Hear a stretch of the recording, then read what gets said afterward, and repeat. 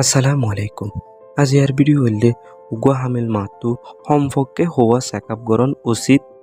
এই checkup pin কেলা বুলি কৰা পৰে দে এই চেকআপ পিন নগৰিলে হন ধৰণৰ সমস্যা কলতে এই বিষয় আজি ইয়াৰ ভিডিঅ'ৰ মাজে বিস্তাৰিতভাৱে আলোচনা কৰা হ'ব। হেতল্লা বুলি আজি ইয়াৰ ভিডিঅ' আৰে শ্বেয়াৰ কৰি চেনেলৰে ছাবস্ক্ৰাইব কৰিবল্লা বেকুলনৰে ৰিকুৱেষ্ট কৰা যাৰ। তলে আরা শুরু মাঝে চাইম দে উগুৱা মাহটো সম্পৰ্কে হোৱা চেকআপ কৰণ উচিত। ডাক্তৰক ক'লে হতে উগুৱা হামিল মাহটোন সম্পৰ্কে চাৰিগুৱা চেকআপ কৰণ উচিত।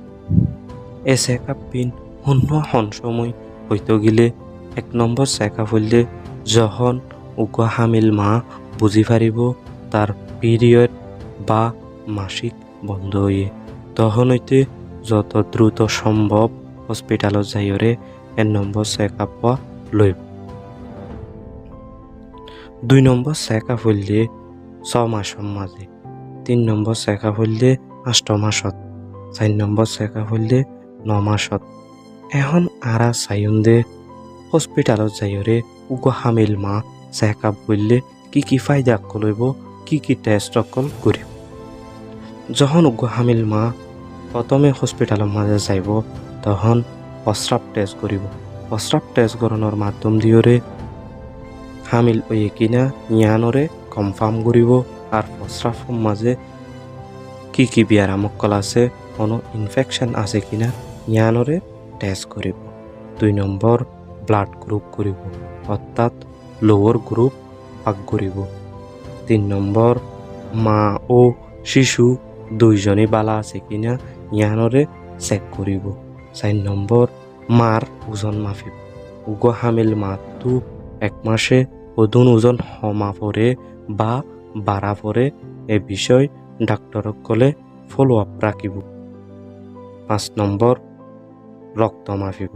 6 নম্বৰ লোর গাঁঠি আছে কিনা চাইব অর্থাৎ শরীরের মাঝে ঠিক মতো লো আছে কিনা ইয়ানরে চাইব। 7 নম্বৰ ফান্ডাল হাইট মাপিব।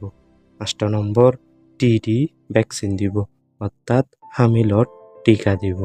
9 নম্বৰ ফুলা আছে কিনা চেক করিব। 10 নম্বৰ মাই বা নিউট্রিশনের সমস্যা হয়ে কিনা চাইব।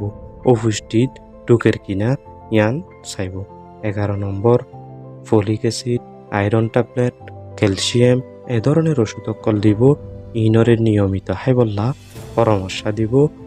সময় অনকাবার হাফুরিবদে এ ধরনের পরামর্শ ডাক্তরক কলে নিয়মিত দিব। 12 নম্বৰ জিয়ান আছে ইয়ান হলে সবচেয়ে বেশি গুরুত্বপূর্ণ। ইয়ানোর মাঝে চেক করিব দে উগুৱা হামিল মাহটোন কোন ধরনের বিপদ চিহ্ন কল আছে অর্থাৎ মুসিবতর কল আছে, মুসিবত হয়ে পারে দে অসুখ কল আছে ইন কি ডাক্তরক কলে চেক করিওরে বাইর করিব। ইন কি বলি হইলে প্রেশার ব্যায়াম, ডায়াবেটিস ব্যায়াম, হালা জন্ডিস, HIV, গনোরিয়া, সিফিলিক্স এ ধরনের ব্যায়াম আছে কিনা চেক করি বাইর করিব। হসপিটালত যাইরে চেক আপ করানোর ফলে এ ধরনের ব্যায়াম আছে কিনা ইয়ান বুঝি পারিব।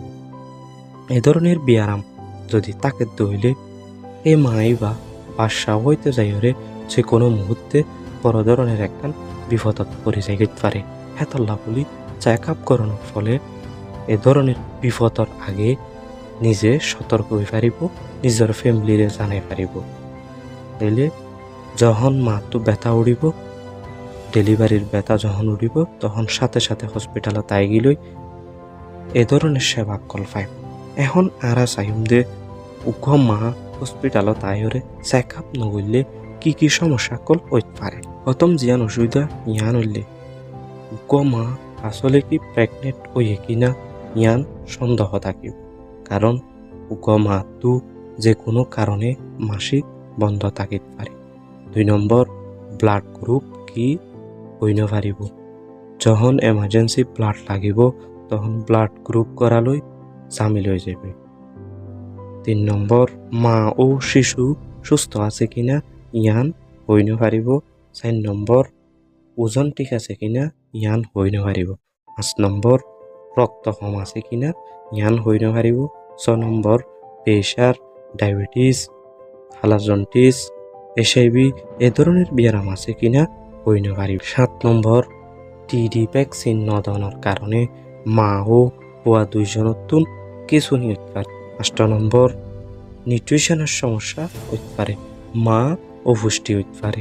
Folic acid, iron tablet, calcium নহনের কারণে মা দুর্বল হইতে পারে, মা তু টইল্লা বুড়িল্লা সমস্যা কল দেখা দিত। আজি আর ভিডিও আই পর্যন্ত এন্দিল্লা ভালা ভালা ভিডিও কল কন্টিনিউ ফাইবাল্লা বলি চ্যানেল লরে সাবস্ক্রাইব করিওরে ভিডিও শেয়ার করিবাল্লা অনুরোধ করা যার। আসসালামু আলাইকুম।